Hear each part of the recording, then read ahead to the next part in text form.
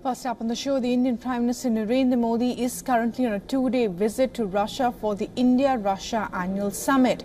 In Moscow, he also is addressing the Indian diaspora. Prime Minister Modi said India's relationship with Russia is based on mutual trust and respect. Modi recalled that this day marks a month since he took oath as Prime Minister for the third term. He vowed to make India the third largest economy in the world in his term. मैंने प्रण किया था कि अपने तीसरे term में मैं 3 गुनी ताकत से काम करूंगा।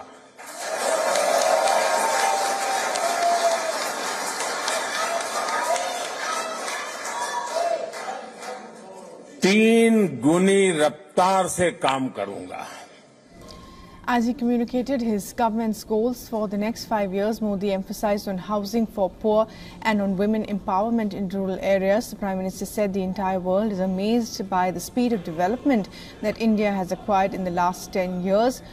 He spoke about India's successful moon mission, the country's flourishing startup ecosystem as well as developmental projects.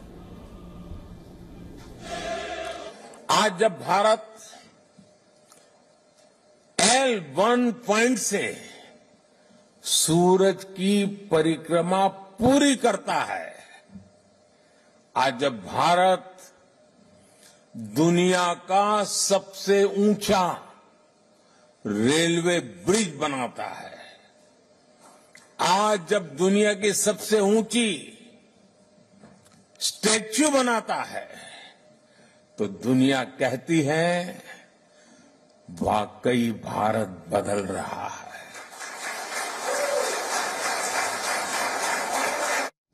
Prime Minister Modi added that India is seen as a strong pillar in the evolving multipolar world. He claimed that the entire world believes that the 21st century is India's century and vowed even faster growth in the next 10 years.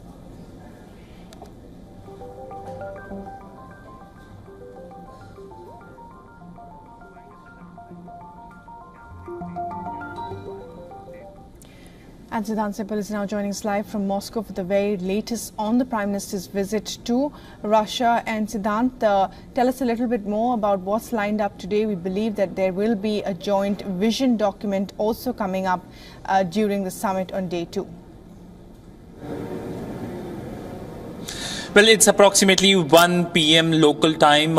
It is expected to be a long day. The Prime Minister will be shortly meeting the Russian President Vladimir Putin for the 22nd Annual India-Russia Summit. We already have seen what has happened since the morning, the Prime Minister's address at the diaspora event. The Prime Minister, of course, going to the pavilion with the Russian President and, of course, laying the wreath at the tomb of the unknown soldiers. But talking about the outcomes, one big outcome has already been announced, that is the opening of the new Indian consulates in Russia, one in Kazan and another in Yekaterinburg. Now, India currently has 2 consulates, one in St. Petersburg, another in Vladivostok, and the main mission, the embassy here in Moscow. Now, what is expected when it comes to the summit?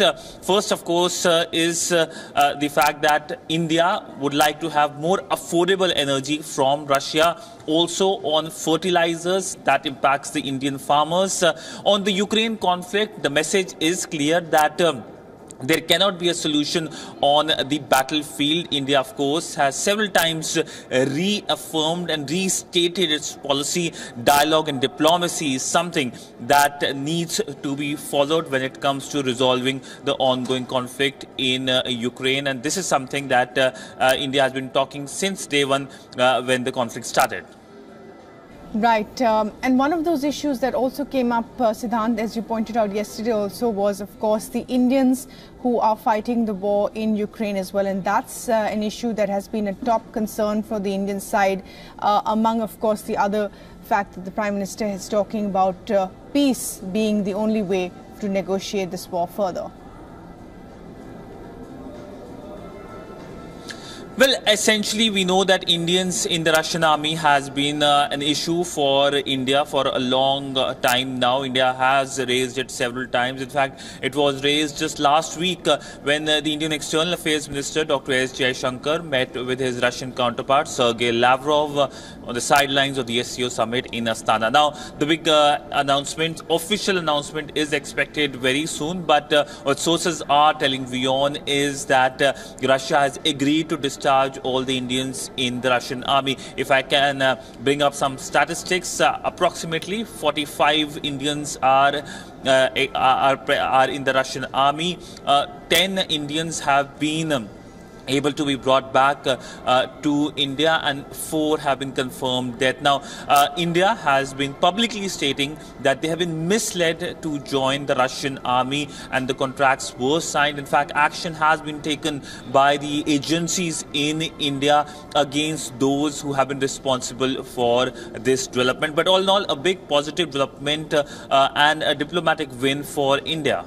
Right, and of course this visit by the Prime Minister, the embrace, all of these optics being closely watched by the United States and of course its allies, including, we believe, Kyiv and President Volodymyr Zelensky as well. Well, yes, of course, the West is closely watching the developments here in Moscow, and we have seen the reactions as well. In fact, even as we speak, the focus in Washington is the NATO summit. We also saw the comments by the Ukrainian President Vladimir Zelensky. He, of course, has been very critical about that hug between the Indian Prime Minister and the Russian President. We are still awaiting any reaction from the Indian side over that hug. Over the reaction by the Ukrainian side on that hug. But essentially, India has every time stated that when it comes to its national interest, it will be focusing on its national interest when it comes to the requirements, when it comes to from the global geopolitics, especially of course the pressure India faced when it comes to India importing Russian crude oil. We know the Western pressure was strong, but of course India withstood that. So all in all, we are still awaiting the formal Indian reaction on those comments, especially by the Ukrainian president. But it looks like that it was expected that when the Indian Prime Minister travels to Moscow, the West will be critical. Right, Siddhant, thanks very much indeed for joining us with the very latest there. For all the latest news, download the WION app and subscribe to our YouTube channel.